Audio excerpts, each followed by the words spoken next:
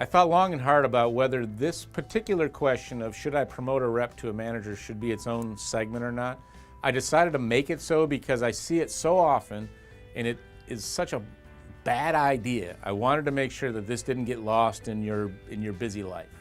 So the question very specifically is, if you have more than one rep already, you're adding a second, third, fourth, whatever it is, should I make one of my reps, most likely a senior or top producer, should I make that person the sales manager? And I'm going to say that that is a really bad idea, and I'm going to give you one sort of cardinal rule that I think that violates, and I want you to think long and hard before you give it a shot.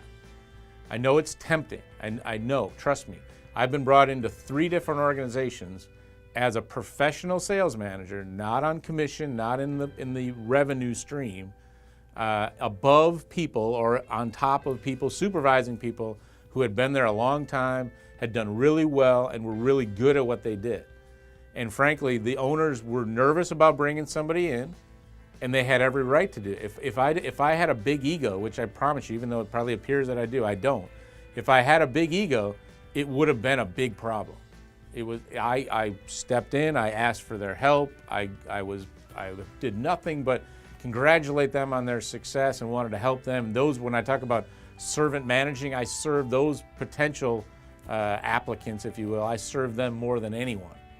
They might have needed the least help, but I found ways to serve them all the time. These would be the same people you would be considering promoting, the senior person, the best person. Who better to act as the coach of the people? If you own the Lakers, it's the reason you hired Magic Johnson to coach them. How did that turn out? If you don't know, look it up. It's the worst decision in sports history, with one of the greatest players being in charge of a bunch of bozos. So it's not going to work. Trust me. In essence, this is a shortcut. It's one that you just shouldn't take. It's easy. I don't have enough time. I'm going to put Sally in charge of everybody, and then Sally will tell me what's going on. If you own a small business, you can't afford to be that separated from that, and you can't afford to have that filter. And frankly, if stuff goes a little bit wrong, you're not going to respect it anyways. You're just going to go around Sally and act as the owner. So just don't do it. Don't put anybody in that position. Here's my golden rule, my true test of sales management.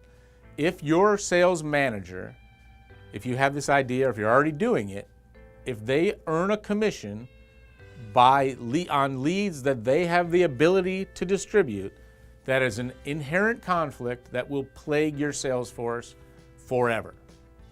The leads come in, if they get to pick some from themselves, hold it on to it, and then give out others, the people that get the other leads are going to resent the ones that they keep. Another temptation to this is you take a rep that maybe isn't the top producer, but they've been around, they're loyal. It might even be an ops person that isn't quite being utilized. And you say, hey, Sam or Susie, I need you to be the sales manager. And you're going to look over these other reps, some of which, you're not going to say this, but you all know some of them are better than you.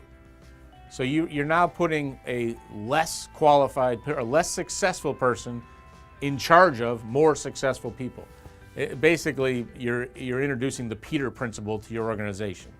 And it's not going to work. The people aren't going to be respected. It's going to cause conflict. You're going to have to step in as the owner. So whatever efficiencies and process you thought you put together, you're going to maybe put out one fire over here in training, and you're going to create a whole nother one with your top performer, which is not a good thing. Those people need to be respected and cherished, not pissed off. As I've mentioned in other units, there is a role for a senior rep, and it's how they can help you be a sales manager. It's this deputy concept, deputizing them on specific skills. In another part of this course, I talked about a person that was my dedicated ride-along rep. I also had a cold calling superstar that a new rep would sit with for a week or 2 weeks and just observe and kind of go back and forth. Find whatever your reps are really good at, give them a lead, give them a little stipend, just give them praise. If you're hiring good people, that helps the sales rep feel better about themselves. They like to be part of a winning team. If you're able to bring in a potential star, they recognize that. The confident ones aren't threatened by it, they're complimented by it. Wow, our organization must really be doing well if this person wants to work here. I'm proud to be here. How can I help? That's the kind of vibe you want with your senior producers. You don't have to make them the manager and put all that red tape and bureaucracy and reviews and all that nonsense in there.